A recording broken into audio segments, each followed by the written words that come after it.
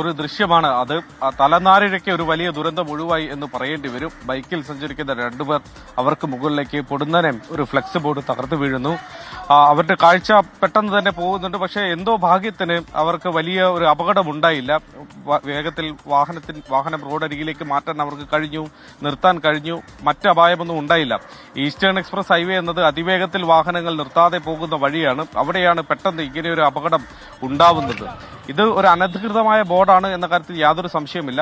ഈ തീൻ ഹാത്ത് നാക്ക എന്ന ഇടത്താണ്, താനയിലുള്ള ഒരു ഇടമാണ്. അവിടെയാണ് ഈ ബോർഡ് തകർന്നു വീഴുന്നത്. അവിടെ ഒരു ഫൂട്ട് ഓവർ ബ്രിഡ്ജിന് മുകളിൽ സ്ഥാപിച്ചിരുന്ന ഒരു അനധികൃത ബോർഡാണ്, ഫ്ലെക്സ് ബോർഡാണ് തകർന്നു വീണത്. മഹാരാഷ്ട്രയിൽ പൊതുവെ രാഷ്ട്രീയ നേതാക്കൾക്കും ചെറിയ പ്രാദേശിക നേതാക്കൾക്കുമൊക്കെ ഈ പിറന്നാൾ ആശംസിച്ചും മറ്റുമൊക്കെ ഫ്ലെക്സ് ബോർഡുകൾ ഇങ്ങനെ സ്ഥാപിക്കുന്നത് ഒരു പതിവ് കാഴ്ചയാണ്. അത് ഈ പിറന്നാളുമായി ബന്ധപ്പെട്ട് മാത്രമാവണമെന്നില്ല. അല്ലാതെ തന്നെ ഫ്ലെക്സ് ബോർഡുകൾ റോഡിന് മുകളിൽ പലയിടത്തും ഇങ്ങനെ മഹാരാഷ്ട്രയിൽ മുംബൈയിൽ പൊതുവെ നമ്മൾ കാണുന്നതാണ്. അങ്ങനെ അനധികൃതമായി സ്ഥാപിച്ച ഒരു ബോർഡാണ് ഒരു വലിയ ദുരന്തത്തിലേക്ക് കൊണ്ടുപോയത്. പക്ഷേ അതുണ്ടായില്ല എന്നത് ഈ ബൈക്കിൽ സഞ്ചരിച്ചവരുടെ ഭാഗ്യം. കൃത്യം ഏതാണ്ട് ഒരാഴ്ചയ്ക്ക് മുമ്പ് സമാനമായ രീതിയിൽ ഒരു വലിയ ഫ്ലെക്സ് ബോർഡ് തകർന്നു വീണ് സമാനമായ മറ്റൊരു അപകടം ഉണ്ടായിരുന്നു. അതിനുശേഷം ഈ ഇല്ലീഗലായ നിയമവിരുദ്ധമായ ബോർഡുകൾ നീക്കാനുള്ള നടപടികൾ കോർപ്പറേഷൻ സ്വീകരിക്കുന്നുണ്ട് എന്ന് പറയുമ്പോഴാണ് ഇങ്ങനെയൊരു സംഭവം ആവർത്തിക്കുന്നത്.